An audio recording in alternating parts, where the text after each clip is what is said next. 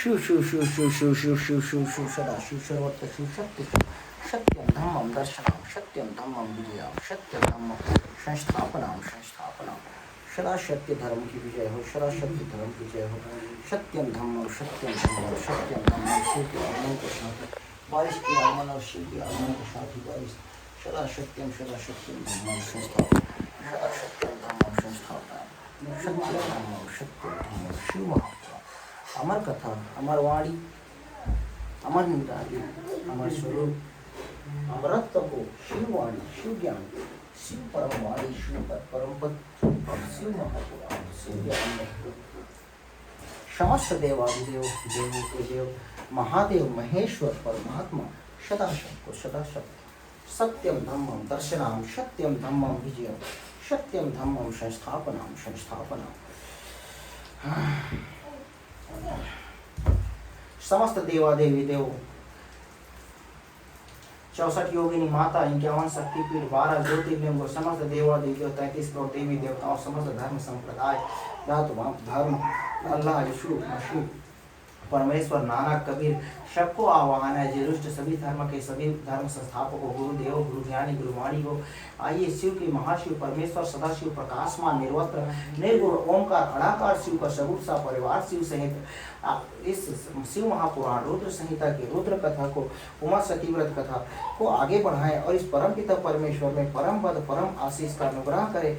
समस्त देवादेव पुण्य आत्माएं सब आइए विराजमान हुए यहाँ पे और शिववाणी शिव कथा का पान करिए, अमृत को प्राप्त करिए, मोक्ष को प्राप्त करिए। इस कली काल कल्प में कली दुष्ट को मलेच्छों का भ्रष्टाचारियों का सर्वनाश करके अनंत सत्युग सत्युग धर्म सत्यम धम्मम दर्शनम सत्यम धम्मम विजयम सत्यम धम्मम संस्थापना।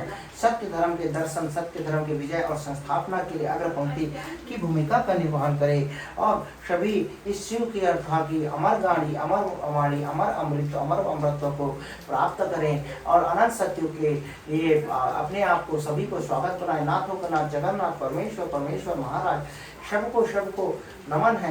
यदा यदा ही धर्मस्य ग्लानिर्भवति भारतम अभ्युत्थानं धर्मस्य दयात्मनं सृजाम्यहम् परित्राणाय साधूनां विनाशाय च दुष्कृतां धर्म संस्थापनम् अहं संभावयामि च युगे युगे संस्थापनम् युगे युगे। शिवम शिवम शिवम शिवोऽहं शिवोऽहं शिवोऽहं शिवोऽहं शिवोऽहं रुद्रम।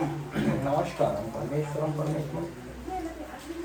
हे वीर हनुमंता, गांव के देवादेवी भीम शिव महाराज सब आइए मेरे सुमित बड़े हुआ गुरु ज्ञान गुरुवाणी, सुमित मेरी माता, सुमित मेरे पिता और गुरु ज्ञान पिता स्वरूप आप आइए, आप भी विराजमान करिए गुरुवाणी गुरु ज्ञान में। हे परम पद परमेश्वर सत्य धम्म दर्शन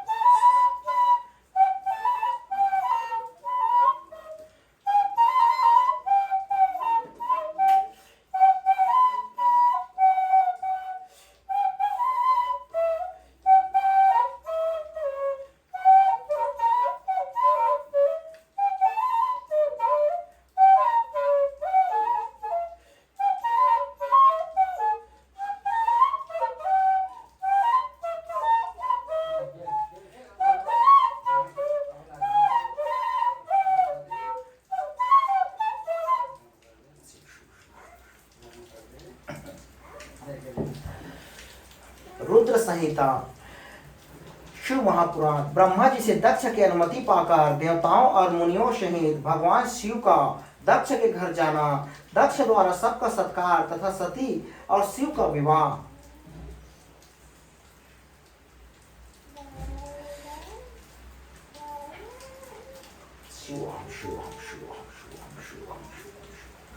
शिवोहम शिवोहम शिवोहम शिवोहम शिवोहम शिवोहम।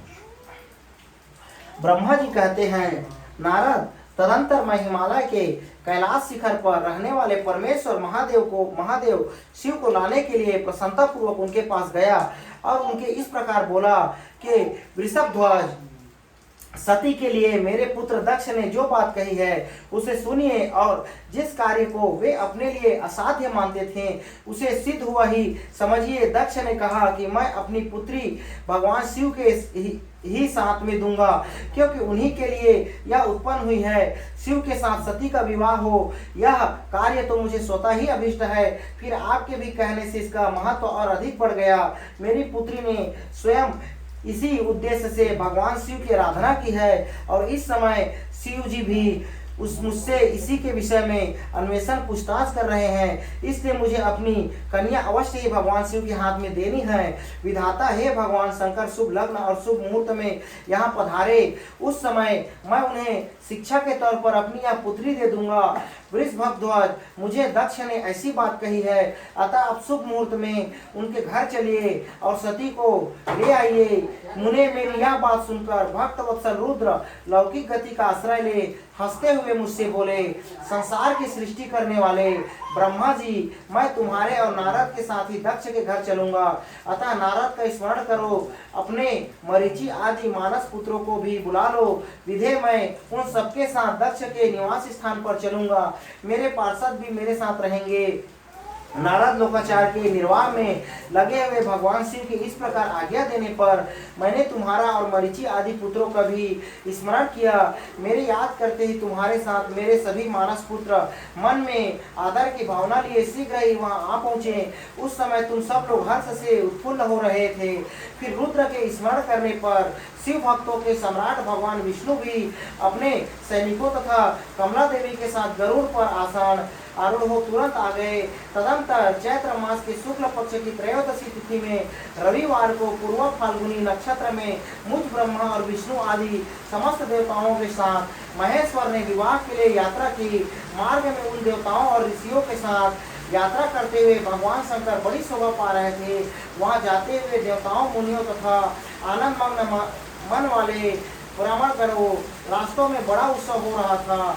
भगवान शिव की इच्छा से वृषभ, व्याघ्र, सर्प, जटा, चंद्रकला आदि सब के सब उनके लिए यथा योग्य आभूषण बन गए।